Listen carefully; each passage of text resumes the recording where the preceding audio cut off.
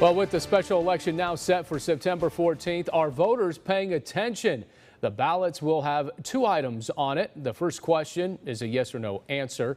Do you want to recall Governor Newsom? If yes, then you move to the second question and bubble in the candidate you would like to see replace Newsom.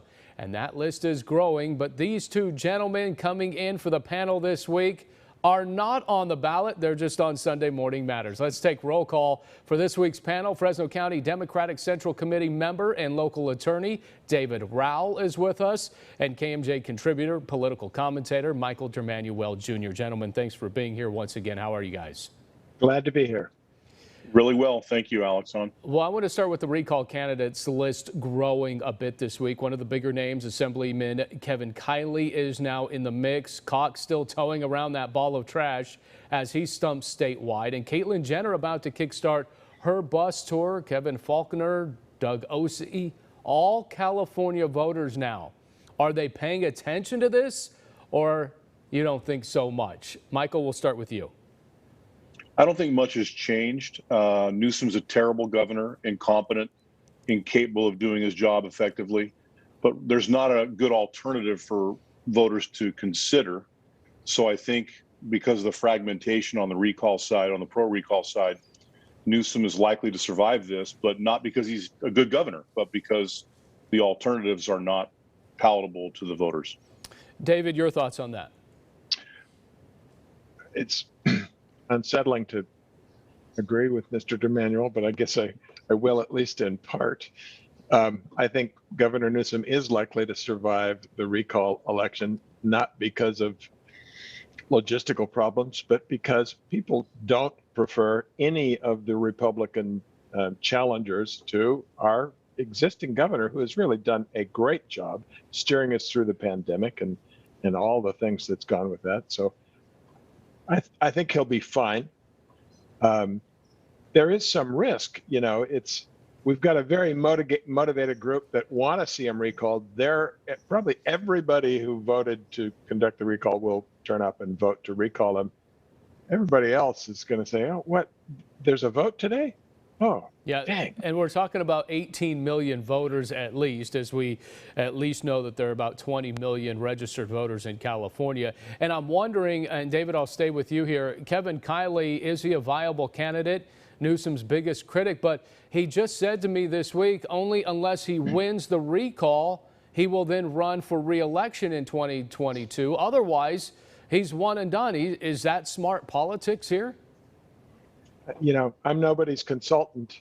I don't think he has much of a chance. I think he's right down there with Caitlyn Jenner. I think Governor Newsom's fine. He'll continue to be our governor for the balance of his term. The issue that really frosts me about this is that we're paying hundreds of millions of dollars to have a vote in September, in addition to the vote in November. I've heard people say, everybody who voted to have a recall, we should divide up the cost of the recall election and send them a pro-rata share. Not a bad idea. I think that's a great idea, and I think we should take the $20 billion that was spent on unemployment fraud and divide that up amongst people that voted for Newsom. We could go back and forth on this all day. Here's the bottom line. We don't have a billionaire that can step up and say, I'm going to self-fund this campaign. By the way, I'm going to fix this state in 3 or 4 years and step aside. That's the candidate that beats Newsom. There's nobody like that. Nothing against the well-intentioned Republicans that are stepping up. But I mean, this is a big endeavor, and, armed with cash from the federal government to pay off everybody's rent and do all the things that Newsom's able to do, he can buy a lot of support between now and September. So I think he survives. I'm not happy about it because I think he's terrible, but I think he survives. Mike says that like it's a bad thing. We've got a compassionate governor using money to support the citizens of the state of California. Borrowed money. Oh my gosh, he should be recalled for doing that. Borrowed money. Right. Created out of thin air. But I mean, listen, it's, it is what it is. Californians love to vote for government that regularly abuses them. So that's going to continue. I want to end here. We got about a minute left with this segment. And guys, I'm wondering, September 14th, that is the first possible date that this special election can happen. So I'm wondering, will it be pulled off as election officials are scrambling now? Will it be pulled off where there will be no question that there is integrity issues. Is that possible, David? Oh, absolutely. California's got wonderful election officials up and down the state. Certainly here in Fresno County, Brandy Orth ran the last one. Mr. Coos is running the next one. They've done a wonderful job, just a tremendous job. They've worked long hours in spite of terrible conditions. I don't anticipate any problems at all in an election, the conduct of the election, either here or anywhere else in the state. Michael, finish it up. I think in 52 of 58 counties, we have election officials that don't care about the outcome of elections. They just want to get elections properly administered. The other 6 counties, I don't know.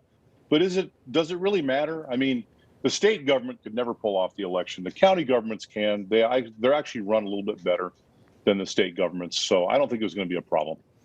All right, we got a lot more to come with our panel, so hang tight there. But